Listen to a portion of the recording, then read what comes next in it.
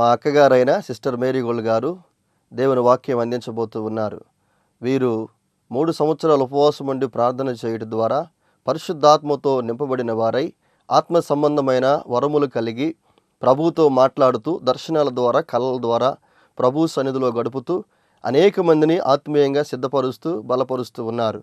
వీరు ప్రార్థన చేసి దర్శనాలను కలభావాలను తెలుసుకొని అనేక మందికి తెలియచెప్పి అనేక మంది పట్ల దేవుని యొక్క చిత్తం ఏ విధంగా ఉందో ప్రార్థన ద్వారా వారు తెలుసుకొని అనేక మందితో పంచుకుంటూ అనేక మందిని బలపరుస్తూ దేవుని సన్నిధిలో బహుబలంగా వాడబడుతున్న దైవజనులు. వీరి వాక్యాన్ని ఇప్పుడు విందాం. వాక్యంలో ఎన్నో విషయాలు మనకి తెలియజేయబడుతూ ఉన్నాయి. పాత నిబంధనలోనేమో దేవుని దగ్గరికి రావడం, దేవుణ్ణి చూడడం, ఆయన స్వరం వినడం, మోషే ద్వారా ఆ అనుభవాలు మనం నేర్చుకుంటాం. క్రొత్త నిబంధనలోనికి వచ్చేసరికి యేసయ్య ఏం చెప్తున్నాడు అంటే పరలోక రాజ్యము గురించి చెప్తాడు. ఎక్కువ దేవుని పర్వతమైన హోరేబు దగ్గరికి రండి అనడు. క్రొత్త నిబంధనలో ఒలీవల కొండకి రండి అనడు. సియోను కొండకి రండి అని ఆయన చెప్పడం లేదు, కానీ నేనే మీ దగ్గరకు వస్తున్నాను, మీరు పరలోక రాజ్యము నిమిత్తము సిద్ధపడండి, నేను మీ యొద్దకు వచ్చుచున్నాను, మీరు నా మాట విని నా రాజ్యము కొరకు, పరలోక రాజ్యము కొరకు సిద్ధపడండి.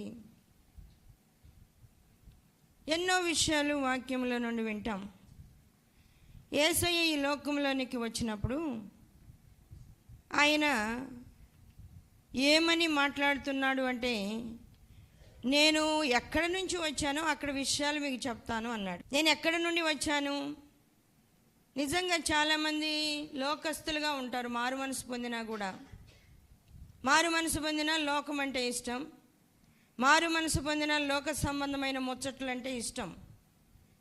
వాళ్ళని కదిలిస్తే ఏం చెప్తారు? లోకంలో సంగతే చెప్తారు.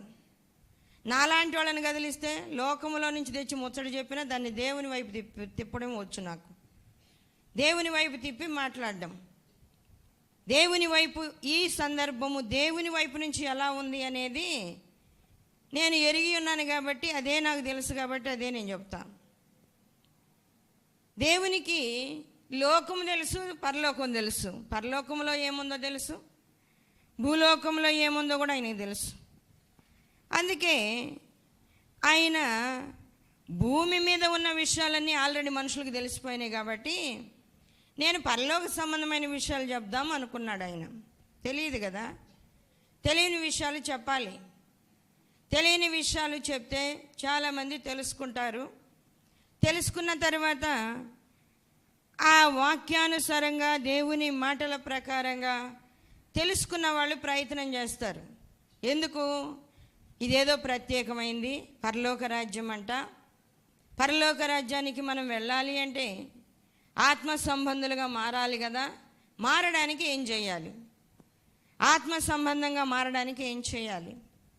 యోహాను సువార్తలో ప్రభు అంటున్నాడు, 3వ అధ్యాయము, యోహాను సువార్త 3వ అధ్యాయం 31వ వచనంలో, పైనుండి వచ్చువాడు అందరికీ పైనున్నవాడు, భూమి నుండి వచ్చువాడు భూ సంబంధి అయి భూ సంబంధమైన సంగతులను గురించి మాట్లాడును. పరలోకము నుండి వచ్చువాడు అందరికీ పైగా నుండి తాను కన్న వాటిని గూర్చి విన్న వాటిని గూర్చి సాక్ష్యం ఇచ్చును. ఆయన సాక్ష్యమును లోకానుసారంగా ఉన్న వాళ్ళు అంగీకరించరు. ఆయన సాక్ష్యము లోక సంబంధులైన వారు అంగీకరించరు. ప్రభు అంటున్నాడు, నేను భూ సంబంధమైన సంగతులు కాదు కానీ పరలోక సంబంధమైన విషయాలు చెప్తాను. నేను పైనుండి వచ్చాను కాబట్టి అందరికీ పైగా ఉన్నాను, పైనున్న విషయాలు చెప్తాను. భూ సంబంధి అయిన వాడు భూమి మీద ఉన్నాడు, భూ సంబంధమైన సంగతులు తెలుసు కాబట్టి వాళ్ళు కానీ అతడు కానీ అవే మాట్లాడుకుంటారు. అవి మళ్ళీ మీకు చెప్పాల్సిన అవసరం ఏంటి? నిజంగా భూమి మీద జరిగే సంగతులు మనకు తెలియదా? మనుషులు అనారోగ్యం పాలవడం తెలియదా? యాక్సిడెంట్లు అవ్వడం తెలియదా? చనిపోవడం తెలియదా? హార్ట్ స్ట్రోకులు రావడం తెలియదా? అత్యధికంగా ధనం సంపాదించి ఎలా విర్రవీగుతారో తెలియదా? నిరుపేదలైన వారు ఎంత భయంకర పరిస్థితులు అనుభవిస్తున్నారో మీకు తెలియదా? తెలియందేముంది? మనుషులకి భూమి మీద సంగతులు తెలియకుండా ఏమున్నాయి? భూమి మీదనున్న సంగతులన్నీ మనుషులకు తెలుసు, కానీ పరలోక సంబంధమైన సంగతులు మనుషులకు తెలియదు. మనుషులకు తెలియని దానిని దేవుడు చెప్పడానికి ఈ లోకంలోనికి వచ్చి ఆయన అంటున్నాడు, నేను అందరికీ పైగానున్నవాడను, పైనున్న సంగతులనే నేను మీకు బోధిస్తాను. పరలోకము నుండి వచ్చువాడు అందరికీ పైగా నుండి తాను కన్న వాటిని గూర్చి విన్న వాటిని గూర్చి సాక్ష్యం ఇచ్చును. తాను కన్న వాటిని గూర్చి విన్న వాటిని గూర్చి సాక్ష్యం ఇస్తాడు. అందువలన ఆ యేసయ్య ఈ లోకంలోనికి వచ్చి 30 సంవత్సరాలు ఆయన మామూలుగా ఉన్నాడు, అసలు బయటికి రాలేదు. ఆ తరువాత 30 సంవత్సరాల తర్వాత ఆయన బాప్తిసం పొంది సాతాను చేత శోధించబడి 40 దినాలు శోధనలో సాతాన్ని సంపూర్ణంగా జయించి మనకు జయించడం ఎలానో నేర్పడానికి. అంటే ఆయనకు అంతకుముందు జయం లేదా అనే క్వశ్చన్ లోకానుసారంగా ఆలోచించే వాళ్ళకి వెంటనే వాళ్ళ మైండ్లో క్వశ్చన్ మార్క్ పడిపోద్ది. అందువలన ప్రభు ఆయన అంటున్నాడు, నేను మాదిరిగా వచ్చాను, నాకు తెలియక కాదు, నేను జయించక కాదు. సాతాను గురించి నాకు తెలుసు, దాన్ని మీకు చెప్పాలి అంటే ఏం చేయాలి? నేను ఒక పని చేయాలి. నేను ఒకటి చేసినప్పుడు ఏంటి ప్రభు ఇది అంటే, ఇదిగో సాతాను ఇలా మీ మీదకి వస్తే ఇలా జయించాలా, ఇలా ఉండండి అని చెప్పడానికే నేను ఇది చేశాను. అందుకే యేసయ్య 40 రోజులు ఆయన శ్రమపడి శోధన అనుభవించి ఉపవాసం ఉండి అన్నిటినీ జయించడం ఎలానో నేర్పడానికి మన మధ్యలోనికి వచ్చి సువార్త పరిచర్య ప్రారంభించి ఆయన అక్కడ నుంచి చెబుతున్నాడు అనమాట. పరలోక సంబంధమైన విషయాలు ఆయన చెప్తూ ఉంటే శాస్త్రులకి పరిసయ్యులకి సద్దుకాయలకి మింగుడు పడ్డంలా, ఇదేందో కొత్త బోధగా ఉంది, ఈయన చేసే కార్యాలు చాలా విచిత్రంగా ఉన్నాయి. సరే వాక్యం అక్కడ చదువుతున్నాడంటే వాక్యం ఒకటే కాదు, స్వస్థతలు కూడా జరుగుతున్నాయి.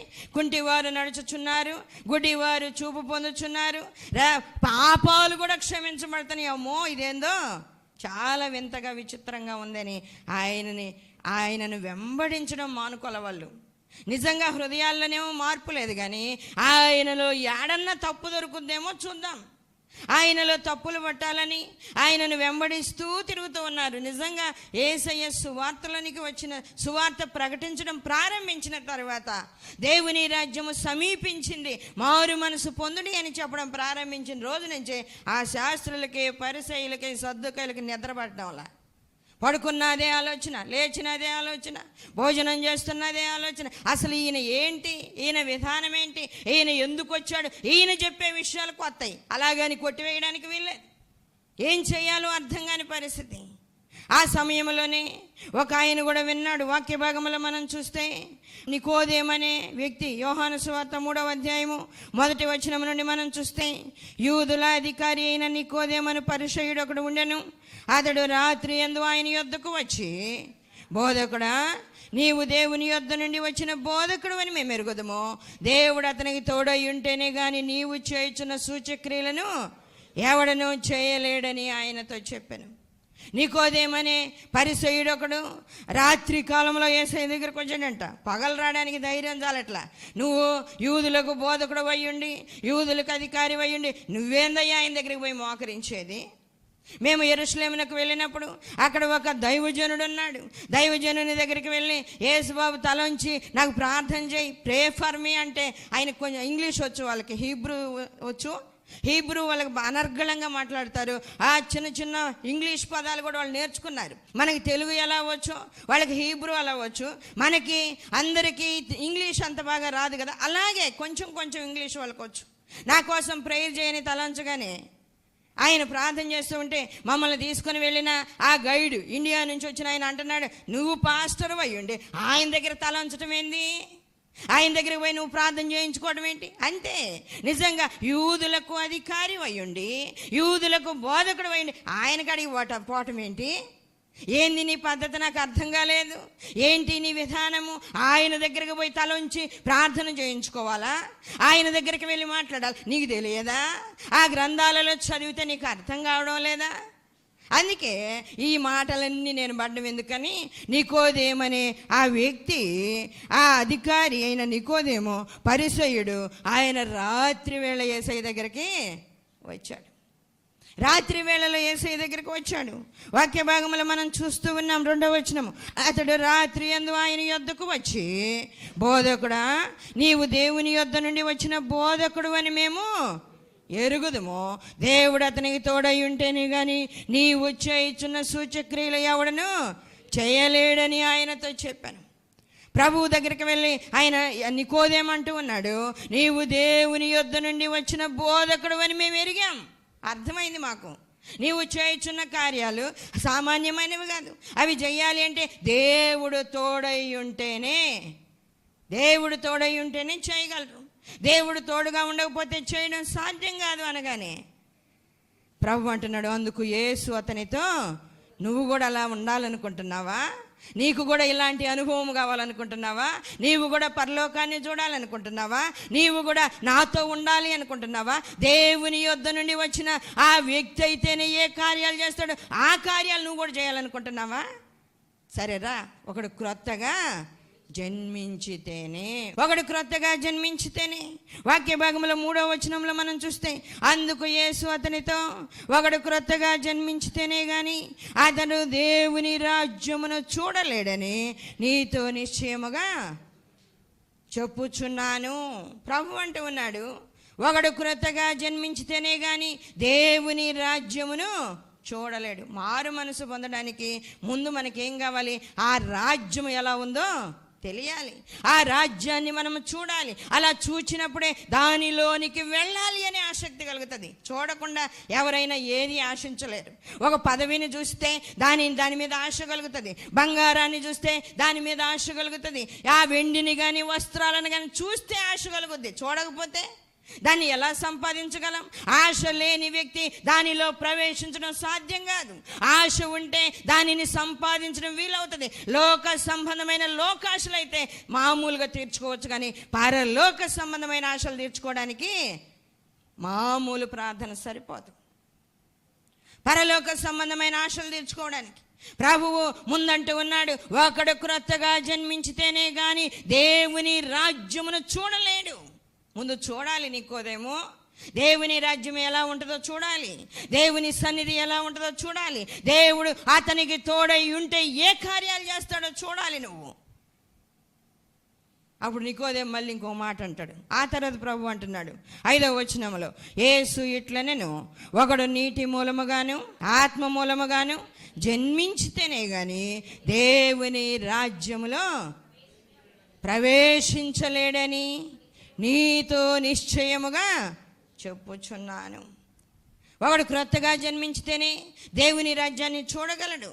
ఒకడు ఆ క్రొత్తగా జన్మించడం అనే అనుభవం ఏంటి అంటే ప్రభువు చెప్తూ ఉన్నాడు, ఒకడు నీటి మూలముగాను ఆత్మ మూలముగాను జన్మించితేనే కానీ దేవుని రాజ్యమును ప్రవేశించలేడు. దేవుని రాజ్యములో ప్రవేశించలేడు.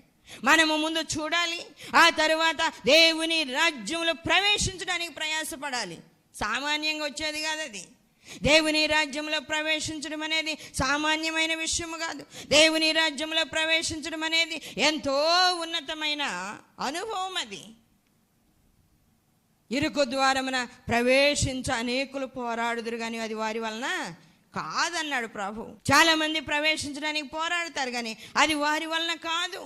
దేవుని సన్నిధిలో దేవుని రాజ్యంలో ప్రవేశించడం అనేది సామాన్యమైన విషయం కాదు. దేవుని రాజ్యంలో ప్రవేశించాలి. ప్రభువు ముందుగా పైనున్న విషయాలను బోధిస్తూ ఉన్నాడు. శాస్త్రులు, పరిసయ్యులు, సద్దూకయ్యులు అందరూ విన్నారు. ఆ తరువాత నికోదేము వచ్చి ప్రభువుని అడుగుతున్నాడు, ఇదిగో ఆ రాజ్యమును చూడాలి అంటే ఏం చేయాలనగానే ఒకడు క్రొత్తగా జన్మించాలన్నాడు. సరే, ఆ రాజ్యాన్ని చూచాను కదా, ఆ రాజ్యంలో ప్రవేశించాలంటే ఏం చేయాలి? తల్లి కడుపులోకి పోయి మళ్ళీ పుట్టాలా? ఇప్పుడు మా అమ్మ కూడా లేదు కదా. ఒకవేళ అలాంటి అవకాశం ఉంటే నేను నా తల్లి కడుపులో దూరి మరలా పుట్టడానికి వీలయ్యే అలాంటి అవకాశం కూడా లేదు. నా తల్లి కూడా చనిపోయింది, ఏం చెయ్యాలన్నట్టుగా ఆయన అడుగుతుంటే ప్రభు అన్నాడు, మీ అమ్మ కడుపులో దూరి మళ్ళీ పుడితే ఇదే లైఫ్ అయ్యా, ఇదే పరిస్థితి. మరలా మీ అమ్మ గర్భములో దూరి ఆమె కడుపులో నుంచి మరలా భూమి మీద జన్మిస్తే నువ్వు ఇప్పుడు ఎలా ఉన్నావు అలానే ఉంటావు. కానీ పరలోక రాజ్యంలో ప్రవేశించాలి అంటే నీటి మూలముగా ఆత్మ మూలముగా జన్మించాలి. తల్లి కడుపులో నుంచి రావడం కాదు, తల్లి కడుపులో నుంచి ఇప్పుడు ఎలా ఉన్నావు అలానే ఉంటావు మళ్ళీ వచ్చినా కూడా. కానీ నీవు పరలోక రాజ్యంలో ప్రవేశించాలి అంటే నీటి మూలముగాను ఆత్మ మూలముగాను జన్మించాలి. అలాగే శిష్యులు చాలా 12 మంది, ముందు ముఖ్యంగా 12 మంది యేసయ్యను వెంబడించారు. దేవుడు వచ్చి ఆయన అంటున్నాడు, ఇదిగో పరలోక రాజ్యము సమీపించింది, మారు మనసు పొందుడి అనగానే వాళ్ళు ఆయన మాటలు విని ఆయనను వెంబడించారు. ఇదిగో మిమ్మల్ని మనుషులను పట్టు జాలర్లనుగా చేస్తాను రండి అనగానే వాళ్ళందరూ వెంబడించారు. వెంబడించిన తర్వాత పరలోక సంబంధమైన విషయాలన్నీ ఒక్కొక్కటి వాళ్ళకు బోధించాడు ప్రభువు. అన్ని విషయాలు వాళ్ళకు బోధించిన తర్వాత వాళ్ళు ఆత్మానుసారంగా ఎదగడం ప్రారంభించారు. నీటి మూలముగా ఆత్మ మూలముగా జన్మించారు. ఆత్మానుసారంగా ఎదగడం, ఆత్మానుసారంగా కొనసాగడం, వాళ్ళ జీవితాల్లో దేవుని చిత్తాన్ని నెరవేర్చడానికి తీర్మానం చేసుకొని కొనసాగుతూ ఉన్నారు. చాలాసార్లు వాళ్ళు కూడా అన్నీ చేయలేకపోతే ప్రభు అంటున్నాడు, ఇలా కాదు ఇలా చేయండి. ఏం చేయాలో వాళ్ళకి నేర్పించి అవి ఎలా చేయాలో వాళ్ళకి అనుభవపూర్వకంగా దేవుడు నేర్పించాడు, యేసయ్య నేర్పించాడు. అనుభవపూర్వకంగా వాళ్ళకి నేర్పించిన తర్వాత వాళ్ళు అన్ని విషయాలలో అలా కొనసాగుతూ ఉన్నారు. కొనసాగుతూ ఉన్న తర్వాత వాళ్ళకి ఎంత ఆశ ఉందో తెలుసా? పరలోక రాజ్యాన్ని చూశారు, నీటి మూలముగా క్రొత్తగా ముందు జన్మించారు, దేవుని రాజ్యాన్ని వాళ్ళు చూశారు. ఆ తర్వాత నీటి మూలముగా ఆత్మ మూలముగా జన్మించారు, దేవుని రాజ్యం కొరకు ప్రయాసపడుతూ ఉన్నారు. తర్వాత వాళ్ళకి కొన్ని ఆశలు కలుగుతూ ఉన్నాయి. పరలోక రాజ్యం నిమిత్తం ఏం ఆశలు ఉంటాయి? పరలోక రాజ్యంలో ఏం ఆశలు ఉంటాయి? ఏమి తీర్చుకోవాలి? ఆశలు లేవా? పరలోకము నిమిత్తమైన ఆశలు లేవా?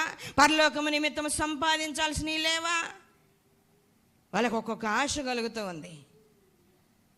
ఒక్కొక్క ఆశలో వాళ్ళు ఆ ఆశను తీర్చుకోవడానికి ప్రయాసపడుతూ ఉన్నారు. దేవుని రాజ్యం గురించి యేసయ్య బోధించిన తర్వాత దేవుని రాజ్యంను చూడాలని ఆశ కలిగితే దేవుడు చూపించాడు. ఆ తర్వాత క్రొత్తగా జన్మించడం ఎలానో నేర్పించాడు. అలా జన్మించిన తర్వాత ఆత్మానుసారంగా కొనసాగుతూ ఉన్న తర్వాత కొంతకాలము భక్తి చేసిన తర్వాత వాళ్ళకి కొన్ని ఆశలు కలుగుతూ ఉన్నాయి. ఆత్మానుసారంగా నీ ఆత్మీయ జీవితం నీవు ప్రారంభించి ఉంటే నీకు కూడా అలాంటి ఆశలు కలుగుతాయి. ఆగిపోవు ఇక్కడే. ఏదో తెలుసుకున్నానులే, ఏదో వాక్యం చదవడం వచ్చలే, ఏదో ప్రార్థన చేయడం వచ్చలే, ఎంత మటుకు చాలని అంతటితో ఆగిపోలేరు ఎవరు. ప్రభువుని కనుగొన్నవారు, ప్రభువుని హత్తుకొని జీవించిన వారు ఉన్నతంగా ముందుకు వెళ్ళాలని ప్రయాసపడుతూ ఉంటారు. మామూలుగా అక్కడితో ఆగిపోరు. అలాగే శిష్యులు కూడా దేవుణ్ణి అంగీకరించిన చాలామంది, ఆయన వెంబడించిన వాళ్ళు చాలామంది ఉన్నారు. శిష్యులే కాదు, చాలామంది వెంబడించారు. అంతేకాకుండా ఇంకా 70 మందిని శిష్యులుగా ఏర్పాటు చేసుకుంటే వాళ్ళు ఆత్మీయంగా నిలబడలేక దిగజారిపోయారు. ఒక 70 మంది ఇతరులను నియమించి పరిచర్య కోసం ఆయన వాళ్ళని పంపించినప్పుడు వాళ్ళు నిలబడలేక బలహీనులైపోయారు. ఎందుకంటే ఈ లోక సంబంధమైన సంతోషం వాళ్ళకుంది, ఈ లోక సంబంధమైన ఆ యొక్క గొప్పతనం వాళ్ళకుంది. వాళ్ళు వచ్చి అంటున్నారు 70 మంది, ఇదిగో దయ్యములు కూడా మాకు లోబడుచున్నవి అనగానే ప్రభు అంటున్నాడు, దయ్యములు మీకు లోబడుచున్నవని సంతోషించొద్దు, అదెంత పని. పరలోక రాజ్యములో మీ పేర్లు వ్రాయబడి ఉన్నవని సంతోషించండి. ఆత్మానుసారంగా తన ఆత్మీయ జీవితాన్ని ప్రారంభించి కొనసాగించే వాళ్ళకి ముందు కలిగే ఆశ ఏంటో తెలుసా? పరలోక రాజ్యములో నా పేరు ఉందా? ఎప్పుడన్నా ప్రశ్న వచ్చిందా మీకు? పరలోక రాజ్యంలో నా పేరుందా? దేవుడు నా పేరు రాశాడా? నా పేరు కొట్టివేయకుండా ఉంచాడా? ఆ పేరు ఎలా రాశాడు? అసలు ఇప్పుడు పిలిచే పేరేనా? ఆయన ఇంకొక పేరు పెట్టాడా? ఆ పేరుతోనే నన్ను పిలుస్తాడా? వేరొక పేరు గ్రంథంలో రాశాడా? నేను ఎలా గుర్తుపట్టాలి తెలుసా? ఇన్ని ఆలోచనలు మనిషికి రావాలి, ఇన్ని ఆలోచనలు, ఇన్ని తలంపులు, ఇన్ని ఆశలు మనిషికి రావాలి. ఆశతోనే బ్రతకాలి. పరలోక రాజ్యములో మన పేరు ఉందో లేదో చూసుకోవాలి. పరలోక రాజ్యములో పేరు రాయబడ్డం, పరలోక రాజ్యములో దేవునితో భోజనం చేయడం, పరలోక రాజ్యములో ఇది అధికారాన్ని సంపాదించడం, పరలోక రాజ్యములో పెండ్లి విందులో పాల్గొనడం. ఎన్ని ఆశలు ఉన్నాయి తెలుసా? ఎన్ని ఆశలు ఉన్నాయి? ఒక ఆశ చాలా ఉన్నాయి. పరలోక రాజ్యముల ముందు పేరు రాయబడి ఉన్నదా లేదనేది మనం పరిశీలనగా చూసుకోవాలి. జీవ గ్రంథంలో మనము పుట్టగానే ఆ పేరు రాయబడే ఉంటుంది. నీవు జన్మించగానే, నీవు భూమి మీద జన్మించగానే నీ పేరు రాయబడింది. కానీ ఆ తరువాత నీవు చేసే పనులను బట్టి, నీ క్రియలను బట్టి పరలోక రాజ్యంలో జీవ గ్రంథంలో నీ పేరు కొట్టివేయడం జరుగుతుంది. తెలుసా?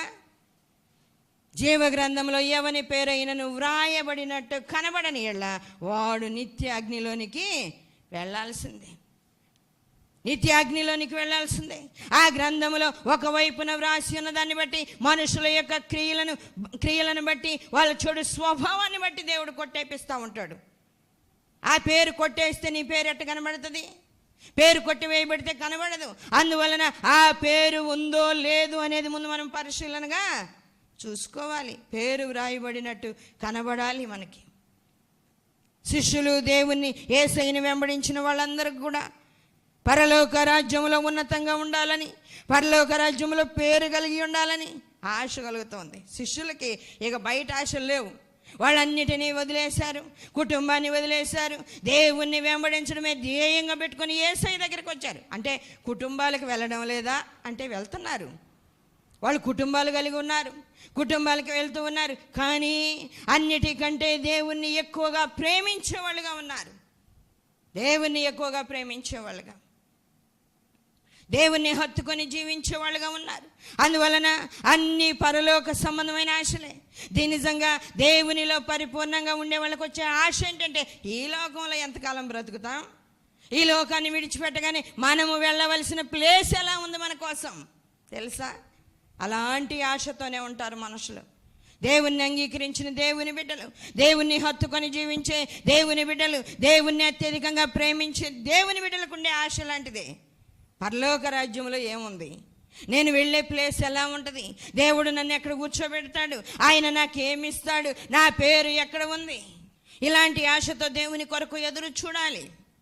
ఆ ఆశ కలిగిన వాళ్ళు శిష్యులైన యేసయ్యని వెంబడించే చాలామంది కూడా ఇలాంటి ఆశతోనే ఆయన వెంబడించారు. కొందరైతే రొట్టెల కోసం వెంబడించారంట.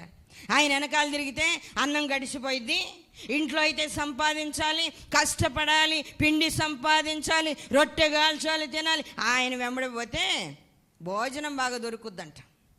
భోజనం బాగా దొరుకుతుంది. రొట్టెల కోసమే కదా యేసయ్య గలిలయ సముద్రానికి అవతల వైపు ఉన్న ఇంకొక ప్రాంతానికి వెళ్ళినప్పుడు ఆయన బోట్లో పోతుంటే చుట్టూ తిరిగి నడిచి పరిగెత్తిపోయారంట వాళ్ళు.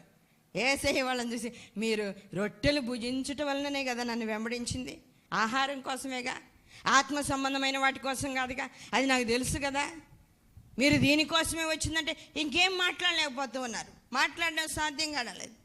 అలాగే శిష్యులు మిగిలిన వారు ఆత్మ సంబంధాలుగా ఆయనను వెంబడించిన వారికి పరలోక సంబంధమైన ఆశలు కలుగుతూ ఉన్నాయి. అందువలన వాళ్ళలోనంటే చాలామందికి భేదాలు వచ్చినాయంట.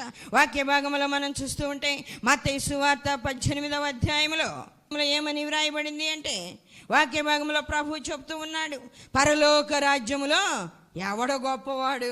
చూడండి, మందిరంలో ఎవరు గొప్పవారు, దేవుని వాక్యం చెప్పే వాళ్ళు ఎవరు గొప్పవారు.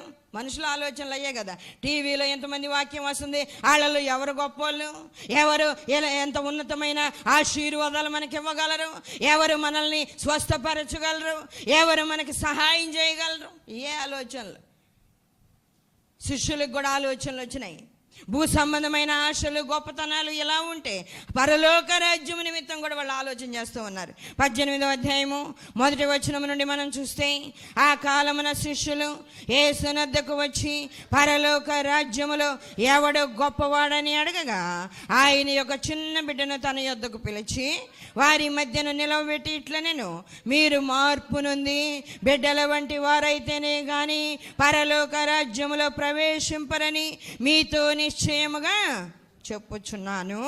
కాగా ఈ బిడ్డ వలె తన్ను తాను తగ్గించుకున్నవాడు ఎవడో వాడే పరలోక రాజ్యములో గొప్పవాడు. ఈ చిన్న బిడ్డ వలె తన్ను తాను తగ్గించుకునేవాడు ఎవడో. చిన్న బిడ్డలాగా తగ్గించుకోవడం అంటే, ఆ చిన్న బిడ్డకి రోషపడ్డారని తెలియదు, కోప్పడి కొట్టారని తెలియదు, కక్షగా ఉన్నారు అని తెలియదు, ఏం తెలియదు. ఎవరు పిలిస్తే వాళ్ళు అక్కడికి వెళ్ళిపోతారు. తగ్గించుకొని అసలు వాళ్ళకి తెలియదు. అలాంటి ఆత్మ సంబంధులు అలాంటి ఆ మాయకపు స్థితిలో ఉండాలి. అమాయకంగానే ఉండాలి. ఆత్మ సంబంధంగా మాత్రం తెలివి కలిగి ఉండాలి. ఆత్మ సంబంధమైన మనుషుల దగ్గరికి సాతాను బహుబలంగా వచ్చి దాడి చేయాలని చూసినప్పుడు తెలివిగా ప్రవర్తించాలి, అమాయకంగా ఉండకూడదు.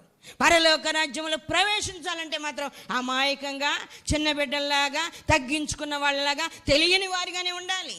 పౌలు గారు కూడా అంటారు, బుద్ధి విషయం అయితే పెద్దవారలై ఉండండి, పాపం విషయం అయితే చిన్నపిల్లలుగా ఉండండి. పాపం చేయలేరు కదా చిన్నపిల్లలు. వ్యసన పడ్డం తెలియదు, గర్వపడ్డం తెలియదు, దొంగతనం చేయడం తెలియదు, నరహత్య చేయడం తెలియదు, వ్యభిచారం చేయడం తెలియదు. కాబట్టి అలాంటి పాపాలు మీ ఎదురుగా వచ్చినప్పుడు నేను చిన్న బిడ్డని.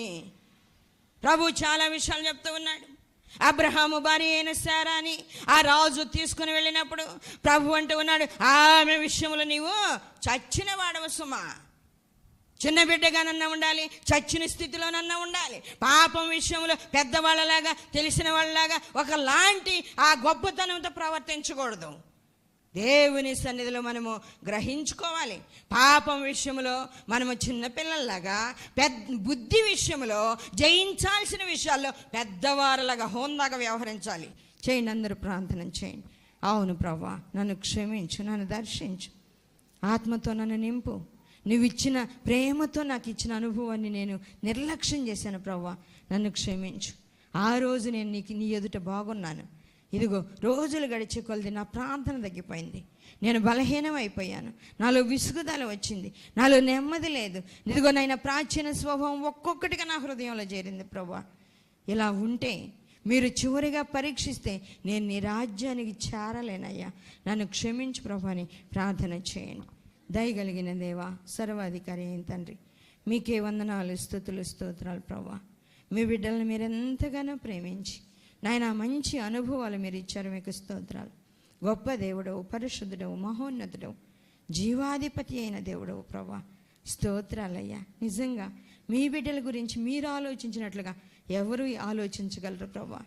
ఏ తల్లి కానీ, ఏ తండ్రి కానీ భూమి మీద ఉన్న వాళ్ళ పిల్లల గురించి ఇంత మంచిగా ఆలోచన చేయలేరయ్యా. కానీ మీరు మా ప్రేమ కలిగిన తండ్రివి గనక మా గురించి ఆలోచన చేసావయ్యా, మీకు స్తోత్రాలు తండ్రి. ఇదిగో ప్రభు, ప్రతి బిడ్డకు జయ జీవితాన్ని దయచేయండి, ఆత్మతో నింపండి, శోధనల మీద జయం ఇవ్వండి నాయన. ఇదిగో నా తండ్రి ప్రభు, ఎలాంటి శ్రమలైనా శోధనలైనా మిమ్మల్ని విడిచిపెట్టి వెళ్ళిపోక ప్రభు, మీ కొరకు జీవించడానికి కృప దయచేయండి. మీ బిడ్డల చుట్టూ మీ అగ్ని కంచి వేయండి. ఈ వాక్యం వ్యర్థమైపోకుండా ప్రతి హృదయంలో పని చేయడానికి కృప దయచేయండి. పరలోక రాజ్యము నిమిత్తము ప్రతి బిడ్డ ప్రయాసపడినట్లు కృప దయచేయండి అయ్యా. చివరి దినాల్లో ఉన్న భయంకరమైన ఈ దినాల్లో మీలో ఎలా నిలిచి ఉండాలో అట్టి కృపను, అట్టి అనుభవాన్ని ప్రతి బిడ్డకు మీరే దయచేయమని అడుగుతున్నాం. దురాత్మల చేత పీడించబడుతున్న వారికి విడుదల దయచేయండి, నెమ్మది లేని వారికి నెమ్మదినివ్వండి, ప్రార్థనాత్మ దయచేయండి. వాక్యం అర్థంగా బాధపడే వాళ్ళకి వాక్యం అర్థం చేసుకోగలిగిన కృపనివ్వండి. సాతాను తంత్రాలన్నిటిపై సంపూర్ణ జయమిచ్చి మీ నామానికి అత్యధికమైన మహిమ తెచ్చుకోమని యేసయ్య అతి పరిశుద్ధ నామంలో అడుగుచున్నాము తండ్రి, ఆమేన్. మరిన్ని వివరముల కొరకు మమ్మలను సంప్రదించవలసిన చిరునామా Marigold Foundation, Holy Spirit Church, Vishwanathapuram, Podili, Prakasam జిల్లా, పిన్ కోడ్ 523240. మా ఫోన్ నెంబర్స్ 8500084841, మరి ఒక ఫోన్ నెంబర్ 8500084841.